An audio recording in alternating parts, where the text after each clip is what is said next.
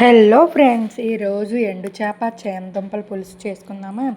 First ఎండు చేపలు ఎలా క్లీన్ చేయాలంటే మా మా స్టైల్లో అయితే తల తీసేస్తాము. తల తీసి పక్కన పెట్టి ఆ మధ్యలో ఉన్న తొక్కు కూడా తీసి వేడి నీళ్ళలో కాసేపు క్లీన్ చేస్తామన్నమాట.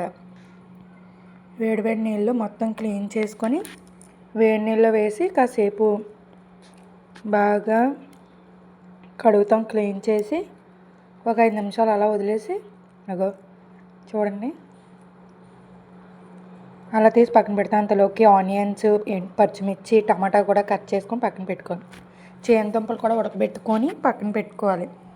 ఇప్పుడు ఒక ప్యాన్ తీసుకొని అందులో ఆయిల్ వేసుకోవాలి. ఆయిల్ మరిగేలోపు చిన్న చింతపండు, నిమ్మకాయ అంత చింతపండు వాటర్ వేసుకొని నానబెట్టుకోవాలి, పులుసు కాబట్టి.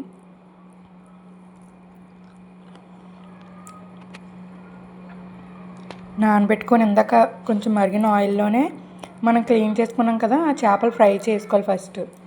అలా ఫ్రై చేసుకుంటే నీచు స్మెల్ రాదు, టేస్ట్ కూడా బాగుంటుంది. వేసుకొని ఫ్రై చేసుకొని దాన్ని పక్కకు తీసుకోవాలి. చేమదుంపలు కూడా ఒలిచాను, తొక్కలు తీసి క్లీన్ చేసాను. ఇప్పుడు ఆ చేపలు పక్కకు తీసి ఆ ఆయిల్లోనే ఆనియన్స్ వేసుకోవాలి, పచ్చిమిర్చి, పచ్చిమిర్చి వేసుకొని బాగా ఫ్రై అవనివ్వాలి. అవి బాగా ఫ్రై అయిన తర్వాత మనం ఫస్ట్గా ఉడకబెట్టుకున్న చేమదుంపల్ని అందులో వేసుకొని బాగా కలుపుకోవాలి. బాగా కలుపుకున్న తర్వాత అది కొంచెం మగ్గిన తర్వాత టమాటో కూడా వేసుకోవాలి. టమాటో కూడా వేసుకొని బాగా మగ్గాలి. బాగా మగ్గిన తర్వాత తగినంత సాల్ట్, కారం వేసుకోవాలి. అవి బాగా కొంచెం మగ్గాలి. మగ్గిన తర్వాత మనం ఫస్ట్ నానబెట్టుకున్నాం కదా చింతపండు పులుపు, మనకి ఎంత పులుపు కావాలో అంత పులుపు వేసుకోవాలి.